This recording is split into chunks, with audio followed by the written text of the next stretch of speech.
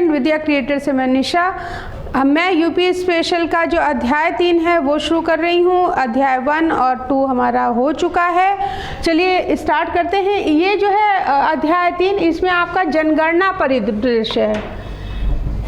ठीक है, तो देख लेते हैं और इससे जो मोस्ट इम्पॉर्टेंट क्वेश्चंस होंगे वो मैं अलग से आप लोगों को बताती रहूँगी। भारत की जो पहली जनगणना है ये इम्पॉर्टेंट है, ये हुई है 1872 में। ठीक है, तो 1872 को याद रखिएगा कि भारत की पहली जनगणना कब हुई है, तो 1872 को। लेकिन अगर हम इसके विधिवत शुरुआत की बात करें तो इसकी जो विधिवत शुरुआत हुई है वो हुई है 1881 में। ठीक है, 1881 में अगर होगा तो विधिवत शुरुआत, अगर पूछा जाएगा तो विधिवत जो शुरुआत हुई है वो 1881 में हुई है। लेकिन जनगणना पहली अगर बात करें तो 1872 में हुई है। दोनों डेट आशा है याद हो गई होगी। 1872 में क्या हुई है, पहली जनगणना। तो अगर आपके पास क्वेश्चन ये मिलता है कि भारत में पहली जनगणना कब हुई है, तो 18 आप याद रखिएगा 72 को। अगर पूछा जाए कि विधिवत शुरुआत कब हुई है, भारत में जनगणना की विधिवत शुरुआत कब हुई है, तो आपको डेट याद रखनी है 1881। फिर ये जो रिपन के काल में हुई थी, तो काल किसका था, रिपन का। अब यहाँ पे इस एक लाइन में आपको 3 क्वेश्चन मिल रहे हैं। एक तो 1872 पहली जनगणना, दूसरा पॉइंट क्या मिल रहा है 1888 विधिवत जनगणना, और तीसरा सेकंड लाइन में तीसरा क्या मिल रहा है कि किसके काल में हुई थी, तो रिपन के काल में। ठीक है, और तब से प्रत्येक 10 वर्ष पर, तो कितने वर्ष पे जनगणना होती है, 10 वर्ष पे। ठीक है, प्रत्येक 10 वर्ष पे आपकी जनगणना, नियमित जनगणना होती रही है। और वर्ष 2011 में राज्य के कुल 71 जिले, 312 तहसीलों, 648 वैधानिक नगरों और 267 जनगणना नगरों तथा 106,774 गाँवों में और 15वीं जनगणना संपन्न हुई थी। ठीक है, तो अगर हम वर्ष 2011 की बात करें तो कौन सी जनगणना हुई थी, 15वीं। तो वर्ष 2011 में कि कौन सी जनगणना हुई थी, 15वीं जनगणना हुई थी। इसके अंतरिम आंकड़े कब आए थे, तो अंतिम आंकड़े आए थे मार्च 2011 में। राज्य स्तर पर अंतिम आंकड़े 29 मई 2013 को जारी किए गए। यहाँ प्रस्तुत आंकड़े जनगणना 2011 के अंतरिम रिपोर्ट पर आधारित हैं। तो अब हम देखते हैं कि इस पूरे पैरा में क्या क्या क्वेश्चन है जो आपके लिए मोस्ट इम्पॉर्टेंट होने वाला है।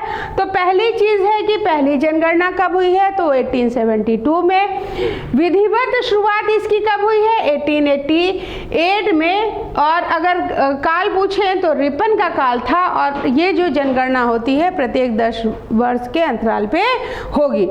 फिर 2011 की जो जनगणना हुई थी वो आपकी 15वीं जनगणना थी और इसकी जो रिपोर्ट आई है वो 31 मार्च 2011 को जारी की गई थी। ठीक है, इसमें ये मोस्ट इम्पॉर्टेंट आपके क्वेश्चंस बनेंगे। देख लेते हैं कि आयु वर्ग की कुल जनसंख्या एवं प्रतिशत। तो आप जनसंख्या आपकी ये है और आपका परसेंट है 15.41% और अधिकतर परसेंट ही पूछा जाता है। कुछ ऐसे अपवाद मिलेंगे कि आपको टोटल दे दिया रहेगा, तो वो भी एक बारी देख लीजिएगा। फिर प्रदेश की कुल जनसंख्या व देश का प्रतिशत अगर बात करें तो ये आपका है 199812,341। ये इम्पॉर्टेंट है, देख लीजिएगा। और अगर परसेंट की बात करें तो 16.51%। यानी आयु वर्ग की कुल जनसंख्या का परसेंट अगर हम देखें तो 15.41 है, जबकि प्रदेश की कुल जनसंख्या व देश का परसेंट अगर देखें तो 16.51% है। फिर अगर हम विश्व की जनसंख्या की बात करें तो विश्व में आपको पता है कि चीन आपका प्रथम स्थान पे है, फिर आपका भारत है, भारत के बाद आपको पता है कि अमेरिका है, फिर आपको पता है कि इंडोनेशिया है। अब इनकी जितनी जनसंख्या है उसके बाद अगर हम प्रदेश की बात करें तो 5वें स्थान पे आपका यूपी आ रहा है, ठीक है। तो चीन, भारत, अमेरिका, इंडोनेशिया के बाद आपके उत्तर प्रदेश का स्थान आता है, यानी 5वां स्थान इसका है।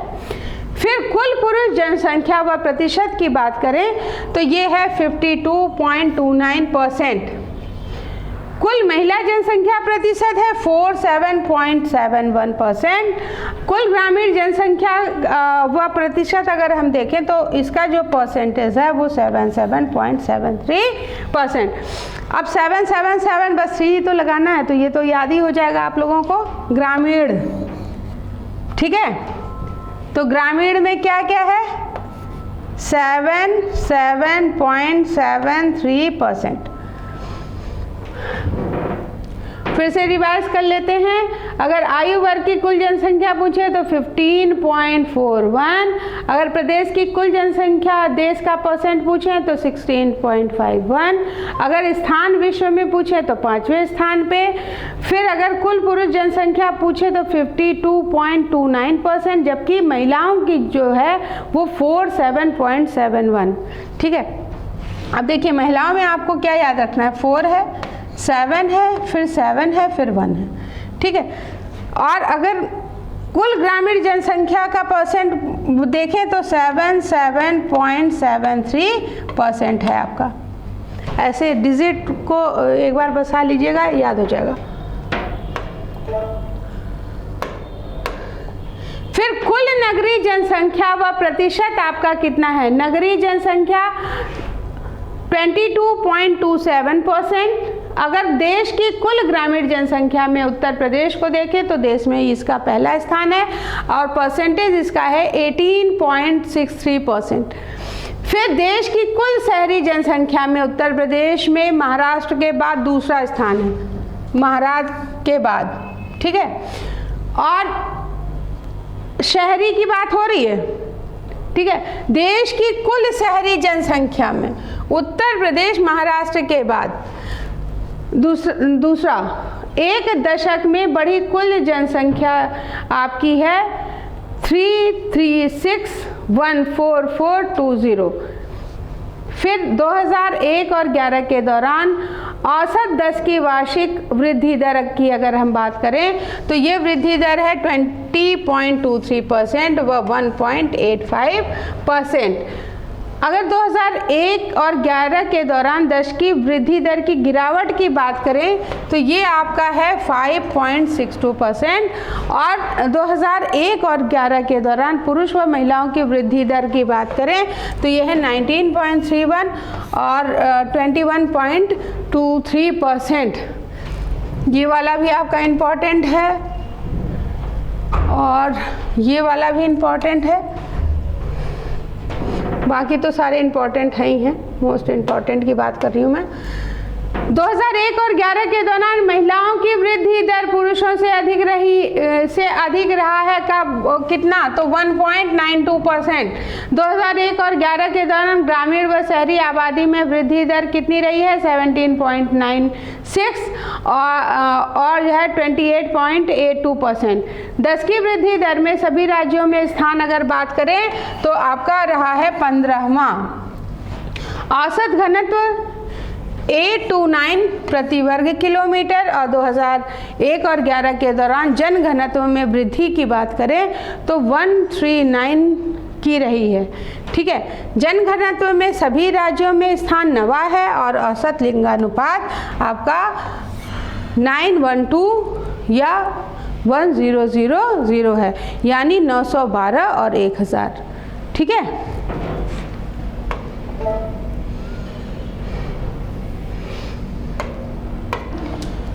2001 और 11 के दौरान वयस्क लिंगानुपात की वृद्धि अगर हम देखें तो 14 की हुई है। अनुसूचित जातियों में लिंगानुपात आपका 907 रहा है। अनुसूचित जनजातियों में लिंगानुपात 951। लिंगानुपात में सभी राज्यों में स्थान रहा है 26वां। और 0 से 6 आयु वर्ग का लिंगानुपात आपका रहा है 902 से 1000। और 2001 और 11 के दौरान 0 से 6 आयु वर्ग के लिंगानुपात में कमी 14 की आई है। औसत साक्षरता जो है वो आपकी 67.72% है।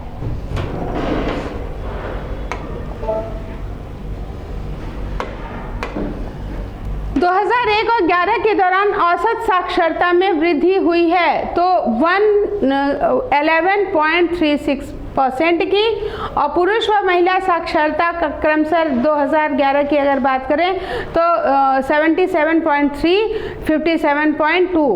और 2001 और 11 के दौरान पुरुष व महिला साक्षरता की वृद्धि दर रही है 8.4 और 15.0। अगर साक्षरता में सभी राज्यों में स्थान देखें तो ये आपका 29th है।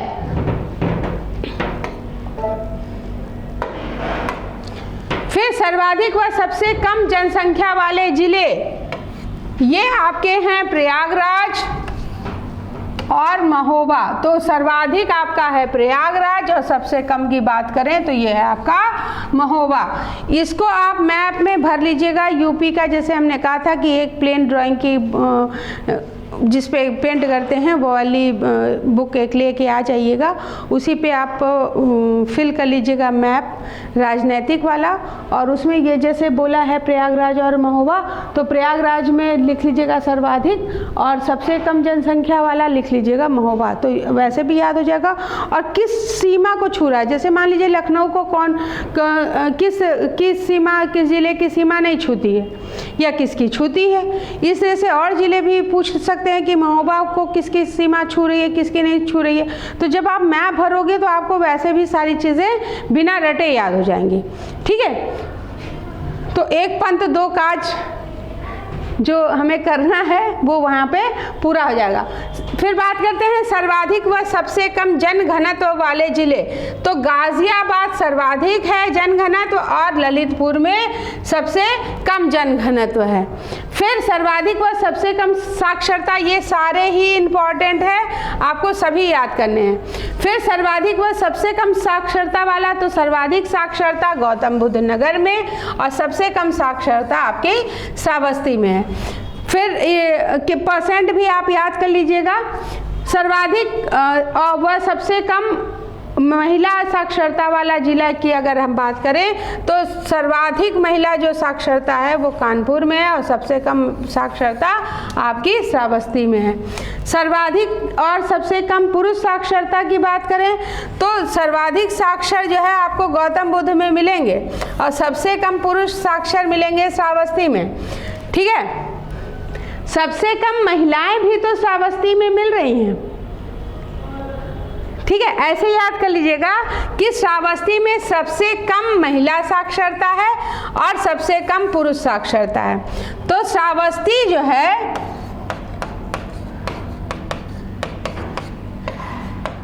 सबसे कम पुरुष और महिला साक्षरता है। ठीक है, तो सबसे कम पुरुष और महिला साक्षरता कहाँ पे है? आपकी श्रावस्ती में।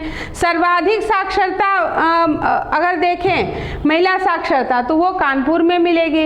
अगर सर्वाधिक आपको साक्षरता पुरुषों की देखनी है तो गौतम बुद्ध जाइए, यानी अगर आप महिलाओं को उच्च देखना चाहते हैं तो कानपुर चले जाइए, वहाँ पे सबसे ज़्यादा महिला साक्षर हैं। और अगर पुरुषों को देखना चाहते हैं तो आप चले जाइए गौतम बुद्ध नगर। ठीक है, सर्वाधिक व सबसे कम दशकीय वृद्धि दर वाले जिले, दशकीय वृद्धि सबसे कम हुई है गौतम बुद्ध नगर में। और अगर सबसे कम की बात करें तो कानपुर में। जाहिर सी बात है क्योंकि यहाँ पे पढ़े लिखे लोग, यहाँ पे पुरुष साक्षरता ज़्यादा है, वहाँ पे महिला साक्षरता ज़्यादा है, इसलिए ये दोनों जो हैं वो यहाँ पे 10 की वृद्धि दर कम हुई है। ऐसे भी याद कर लीजिएगा। क्लियर हो गया? तो सबसे कम महिला साक्षरता कहाँ पे है? तो सबसे कम महिला साक्षरता श्रावस्ती में है और सबसे कम पुरुष साक्षरता भी श्रावस्ती में है, लेकिन सर्वाधिक महिला साक्षर जो है वो कानपुर में है और सर्वाधिक पुरुष साक्षर आपके गौतम बुद्ध नगर में है, और ये दोनों ही जिले में कम 10 की वृद्धि देखने को मिली है। क्लियर हो गया इतना? फिर सर्वाधिक और सबसे कम साक्षरता वाले, ठीक है। अब ये क्वेश्चन आपको कैसे याद करना है कि याद रहे, तो सबसे पहले तो आप श्रावस्ती को अलग कर लीजिए।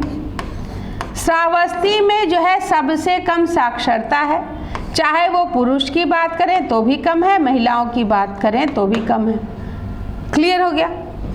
फिर अगर हम देखें कि अगर सर्वाधिक साक्षरता, सबसे कम तो आपको श्रावस्ती में मिली थी, और अगर सबसे कम की बात करें सर्वाधिक की बात करें तो सर्वाधिक साक्षरता आपको मिल रही है गौतम बुद्ध नगर में और कानपुर नगर में, ठीक है। अब दोनों में क्योंकि साक्षर यहाँ पे पुरुष साक्षर ज़्यादा है, यहाँ पे महिला साक्षर ज़्यादा है, इसलिए यहाँ पे क्या है, कम 10 की वृद्धि भी है, कम 10 की वृद्धि है। क्लियर हो गया? अब बचा सर्वाधिक और सबसे कम जन घनत्व वाले जिले। जन घनत्व कहाँ पे ज़्यादा है? गाजियाबाद में। जहाँ सुविधाएं ज़्यादा हैं वहाँ पे जनघनत्व ज़्यादा है, और जहाँ पे सुविधाएं कम होंगी वहाँ पे जनघनत्व कम होगा। ललितपुर में कम है, ठीक। सर्वाधिक और सबसे कम जनसंख्या वाले जिले। जनसंख्या सबसे ज़्यादा है प्रयागराज में और सबसे कम है महोबा में। तो सबसे कम जनसंख्या कहाँ पे है? महोबा। सबसे ज़्यादा कहाँ पे है? प्रयागराज, पुरानी नगरी है हमारी, ठीक है। तो सबसे ज़्यादा जनसंख्या। सबसे कम जनघनत्व कहाँ पे है? ललितपुर में। सबसे ज़्यादा जनघनत्व कितना कहाँ है? गाजियाबाद में। क्लियर हो गया?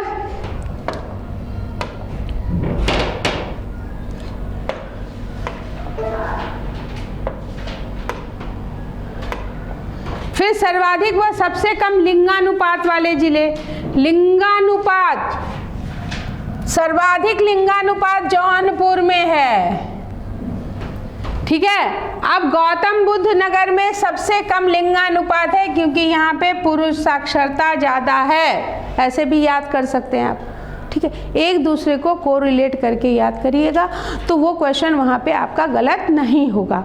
अब हमने क्या किया, सिंपल सी चीज़ एक निकाला कंडीशन कि भाई अगर सर्वाधिक लिंगानुपात वहाँ होगा जहाँ पे स्टडी कम हुई होगी, ठीक है, स्वतंत्रता कम होगी। अब लिंगानुपात सबसे कम कहाँ पे होगा? गौतम बुद्ध नगर में, क्योंकि वहाँ पे पुरुष ज़्यादा साक्षर होंगे। फिर सर्वाधिक व सबसे कम शिशु लिंगानुपात की वाले जिले की बात करें तो सर्वाधिक शिशु लिंगानुपात बलरामपुर में है और सबसे कम शिशु लिंगानुपात बागपत में है। चलिए इसको भी याद करा देते हैं। तो सर्वाधिक और यहाँ पे कम, बात कर रहे हैं हम लिंगानुपात की। तो सर्वाधिक लिंगानुपात आपको कहाँ मिल रहा है? जौनपुर में। और सबसे कम लिंगानुपात कहाँ पे मिल रहा है आपको? गौतम बुद्ध नगर में, ठीक। अब सर्वाधिक शिशु लिंगानुपात की बात करें, अगर शिशु के लिंगानुपात की बात करें तो शिशु का लिंगानुपात अगर सर्वाधिक कहाँ पे है आपका? बलरामपुर में।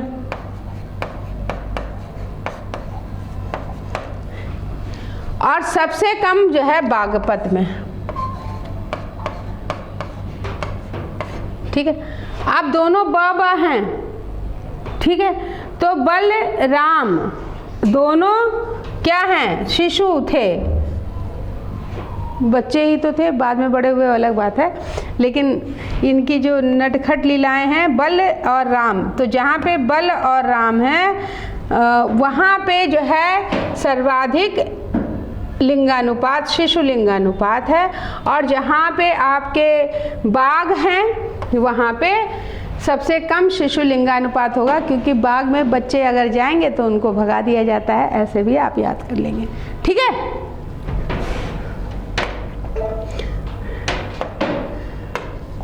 सर्वाधिक जनसंख्या वाले 5 जिले अगर हम घटते क्रम में देखें तो सर्वाधिक जनसंख्या आपने देखी प्रयागराज में है, प्रयागराज के बाद मुरादाबाद में है, फिर गाजियाबाद में है, फिर आजमगढ़ में है, फिर लखनऊ में। अब हो सकता है कि प्रयागराज आपका हटा दिया जाए, मुरादाबाद दे दिया जाए, उसके बाद बोला जाए, ठीक है। इसलिए आपको ये पूरा याद ही करना पड़ेगा। अब प्रयाग गए, फिर मुरादाबाद, फिर गाजियाबाद, फिर आजमगढ़, फिर लखनऊ, ठीक है। तो सर्वाधिक जनसंख्या वाले जिले अगर हम घटते क्रम में देखें तो सबसे ज़्यादा आपके प्रयागराज में है। अगर सबसे ज़्यादा पूछा जाए तो प्रयागराज, जो आप पीछे डिस्कस कर चुके हो।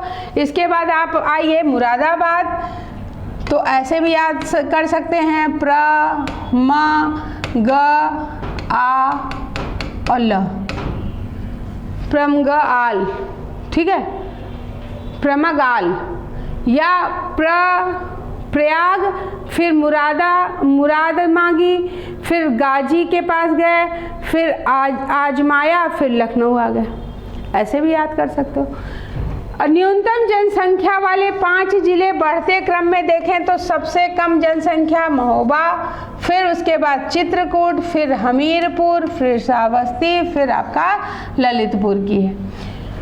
सर्वाधिक पुरुष जनसंख्या वाले 5 जिले, तो सर्वाधिक पुरुष जनसंख्या प्रयागराज में है, मुरादाबाद में है, गाजियाबाद में है। तो देखिए इन तीन का क्रम एक चल रहा है, ठीक है। प्रयागराज, मुरादाबाद, गाजिया, फिर इसके बाद कानपुर नगर और लखनऊ आ गया। आजमगढ़ की जगह यहाँ पे कानपुर नगर आ गया और लखनऊ, ठीक है। तो ऐसे भी याद कर सकते हो कि सर्वाधिक पुरुष जनसंख्या वाले 5 जिले, तो जैसा आपका सर्वाधिक जनसंख्या वाले 5 जिले थे वैसा ही चल रहा है, बस आजमगढ़ की जगह कानपुर नगर हो गया है और लखनऊ की जगह लखनऊ है। क्लियर हो गया। फिर सर्वाधिक महिला जनसंख्या वाले जिले, सर्वाधिक पुरुष का हम लोगों ने देखा था कि पुरुष में प्रयागराज थे, फिर मुरादाबाद, गाजियाबाद, कानपुर नगर और लखनऊ। अगर सर्वाधिक महिला जनसंख्या की बात करें तो प्रयागराज, आजमगढ़, जौनपुर, मुरादाबाद, लखनऊ। यानी महिला जनसंख्या वाले बात करें तो प्रयागराज, आजमगढ़, जौनपुर, मुरादाबाद, फिर लखनऊ। अब यहाँ पे प्रयागराज अपनी जगह पे है, लेकिन आजमगढ़, जौनपुर के बाद मुरादाबाद आएगा, फिर लखनऊ आएगा, ठीक है। तो यहाँ पे प्रयागराज और आजमगढ़, जौनपुर आपको ऐड करना है, फिर मुरादाबाद और लखनऊ लिखना है, ठीक है। सर्वाधिक जनघनत्व वाले 5 जिले घटते क्रम में अगर देखें तो सर्वाधिक जनघनत्व वाले गाजियाबाद है, जनघनत्व ज़्यादा है, अभी आपने पीछे डिस्कस किया है। फिर इसके बाद वाराणसी है, फिर लखनऊ है, संत रविदास नगर है और कानपुर नगर है। न्यूनतम जनघनत्व वाले 5 जिले अगर बढ़ते क्रम में देखें तो ललितपुर, सोनभद्र, हमीरपुर, महोबा, चित्रकूट। न्यूनतम जनघनत्व ललितपुर का है, यानी 242 ही जनघनत्व है। फिर उसके बाद सोनभद्र का है। अब वहाँ कैसी जगह है, मान लीजिए पठारी होगी, पहाड़ी होगी या मरुस्थली होगी, तो उसमें भी तो डिपेंड करता है जनघनत्व। जहाँ हमको सारी सुविधाएं मिलेगी हम वहीं रहना पसंद करते हैं। तो ललितपुर, सोनभद्र, हमीरपुर और महोबा, इसके बाद चित्रकूट, यहाँ पे न्यूनतम जनघनत्व है। सर्वाधिक औसत साक्षरता वाले 5 जिले घटते क्रम में, तो सर्वाधिक जो साक्षरता गौतम बुद्ध नगर, फिर कानपुर नगर, फिर औरैया, इटावा, गाजियाबाद।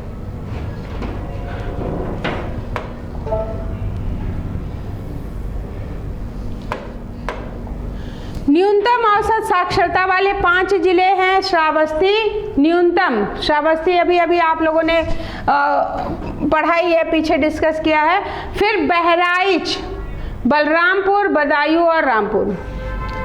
ठीक है, बदायूं, रामपुर। ब देखिए तीनों एक ही साथ चल रहे हैं। श्रावस्ती आपको याद ही है, श्रावस्ती के बाद ब से बहराइच, ब से बलरामपुर और फिर इसके बाद बदायूं, फिर आपका रामपुर है। ठीक है, श्रावस्ती के बाद आप बहरे होंगे, बहरे होने के बाद बल दिखाएंगे, बल दिखाने के बाद बदायूं जाएंगे और फिर रामपुर पहुंचेंगे। ठीक है, सर्वाधिक महिला साक्षरता वाले 5 जिले अगर घटते क्रम में देखें तो कानपुर नगर है सर्वाधिक महिला साक्षरता, कानपुर नगर, इसके बाद लखनऊ की महिला साक्षरता, फिर गौतम बुद्ध नगर, फिर औरैया, फिर गाजियाबाद। ठीक है, तो कानपुर, लखनऊ, गौतम बुद्ध नगर, औरैया और गाजियाबाद। तो आप कैसे लिखे याद करेंगे? कानपुर में महिला साक्षरता ज़्यादा है, फिर इसके बाद लखनऊ में है, लखनऊ के बाद हम आ रहे हैं गौतम जी के पास, गौतम बुद्ध के पास, तो गौतम बुद्ध नगर पे, फिर औरैया आएंगे, फिर गाजियाबाद जाएंगे।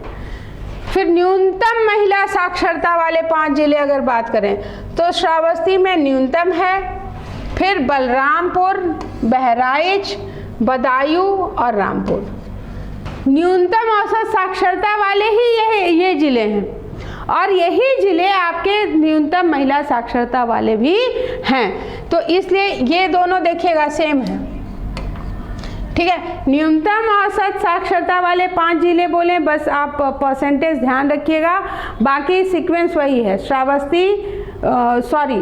श्रावस्ती है, बहराइच है, यहाँ पे थोड़ा सा ध्यान देना है आपको कि यहाँ पे बहराइच दूसरे नंबर पे है या यहाँ पे बहराइच तीसरे नंबर पे है महिला में, और फिर बलरामपुर है, फिर आपका बदायूं है, फिर रामपुर है।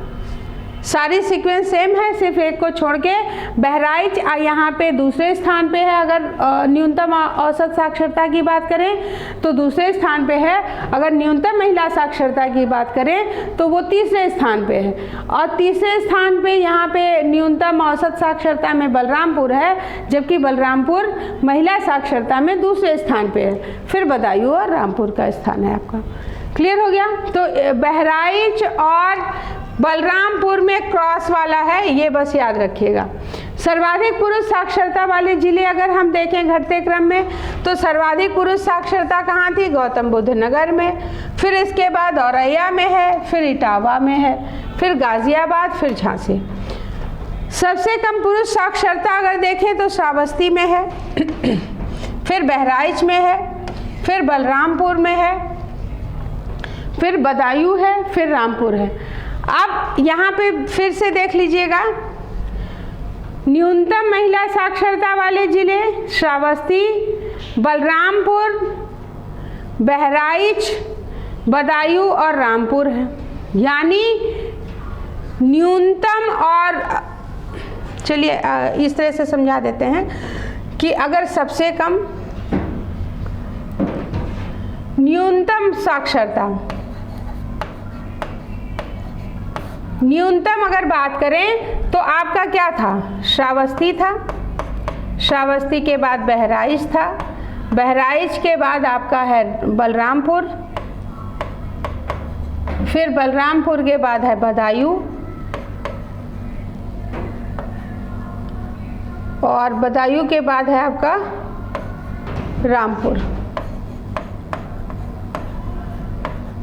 ठीक, न्यूनतम की बात करें, अगर न्यूनतम महिला, सर्वाधिक महिला साक्षरता वाले अगर घटते क्रम में वो अलग है, न्यूनतम महिला की अगर हम बात करें, साक्षरता की बात करें तो पहला आ रहा है श्रावस्ती, अपनी ही जगह है। श्रावस्ती के बाद आपका बलरामपुर इधर आ रहा है, फिर आपका बहराइच आ रहा है, फिर आपका बदायूं आ रहा है, फिर आपका रामपुर है। लेकिन अगर सर्वाधिक सबसे कम पुरुष साक्षरता वाले 5 जिले की बात करें तो श्रावस्ती, बहराइच, बलरामपुर, बदायूं और रामपुर, जो आपके न्यूनतम औसत साक्षरता वाला क्रम है वही आपके सबसे कम पुरुष साक्षरता वाला क्रम है। इसलिए ये वाला क्रम और ये वाला क्रम दोनों सेम ही है, इसको याद कर लीजिएगा। महिला, अगर न्यूनतम महिला साक्षरता की बात कर रहे हैं तो दूसरे नंबर पे बलरामपुर आ रहा है, तीसरे नंबर पे बहराइच आ रहा है। जबकि अगर हम बात करते हैं न्यूनतम औसत साक्षरता या न्यूनतम जो है पुरुष साक्षरता की, तो बहराइच आपका दूसरे नंबर पे आएगा और बलरामपुर आपका तीसरे नंबर पे आएगा। बाकी सीक्वेंस सेम।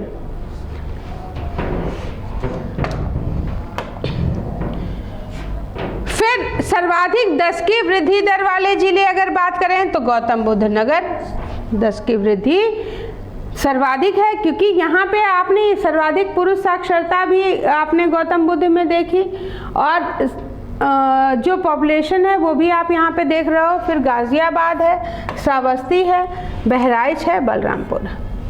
तो सर्वाधिक 10 की वृद्धि दर वाले जिले की बात करें तो गौतम बुद्ध नगर, गाजियाबाद, श्रावस्ती, बहराइच और बलरामपुर।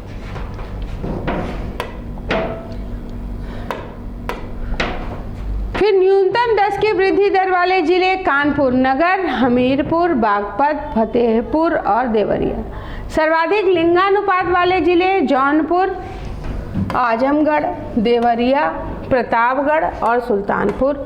और न्यूनतम लिंगानुपात वाले जिले गौतम बुद्ध नगर, बागपत, हमीरपुर, मथुरा बांदा, कानपुर नगर और औरैया है। ठीक है, तो ये आप लोगों को थोड़ा थोड़ा याद करना है, इकट्ठे मत याद करिएगा और इसको एक दूसरे से कोरिलेट करते हुए मैप में भरते हुए याद करिएगा। और कितने % है या कितना है वो भी एक बारी ज़रूर से देख लीजिएगा।